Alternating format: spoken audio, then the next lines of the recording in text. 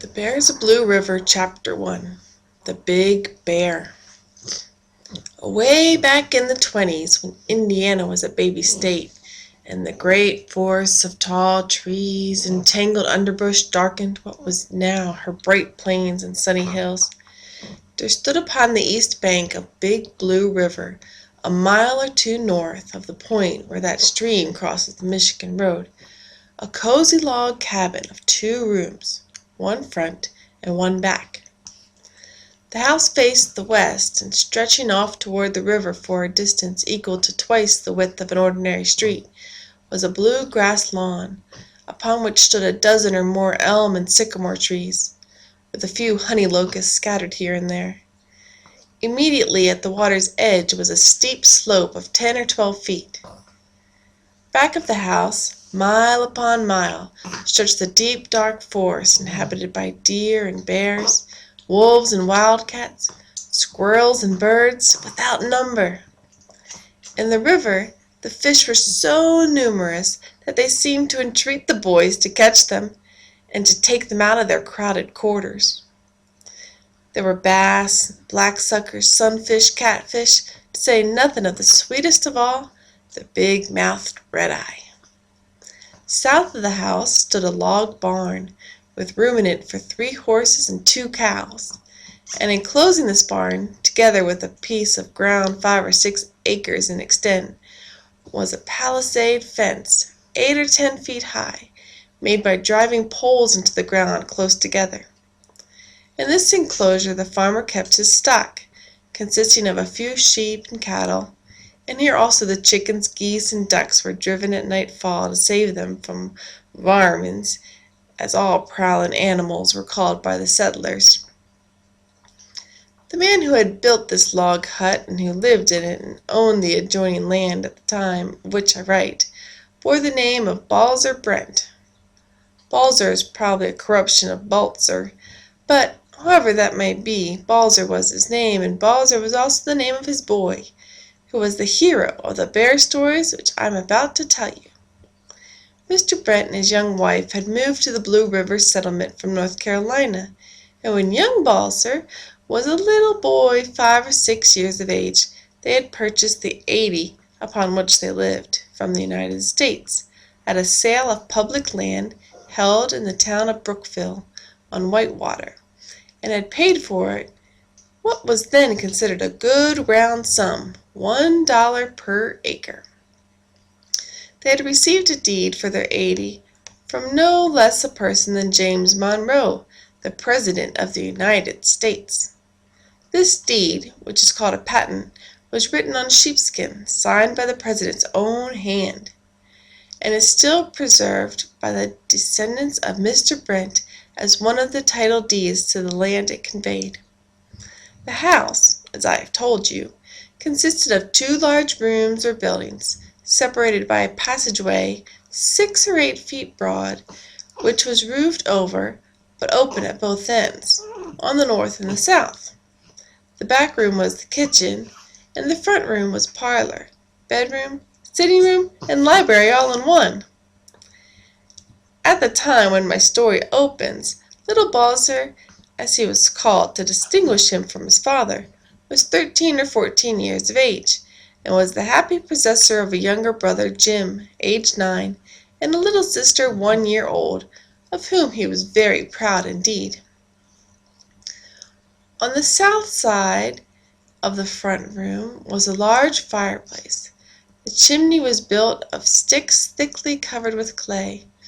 The fireplace was almost as large as a small room in one of our cramped modern houses, and was broad and deep enough to take in back logs which were so large and heavy that they could not be lifted, but were drawn in at the door and rolled over the floor to the fireplace.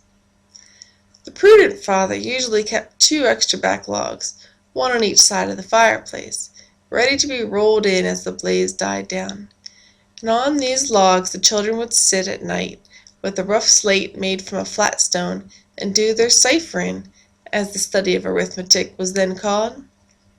The fire usually furnished all the light they had, for candles and dips, being expensive luxuries, were used only when company was present. The fire, however, gave sufficient light, and its blaze upon a cold night extended halfway up the chimney, sending a ruddy, cozy glow to every nook and corner of the room. The back room was the storehouse and kitchen, and from the beams and along the walls hung rich hams and juicy side meat, jerked venison, dried apples, onions, and other provisions for the winter. There was a glorious fireplace in this room also, and a crane upon which to hang pots and cooking utensils.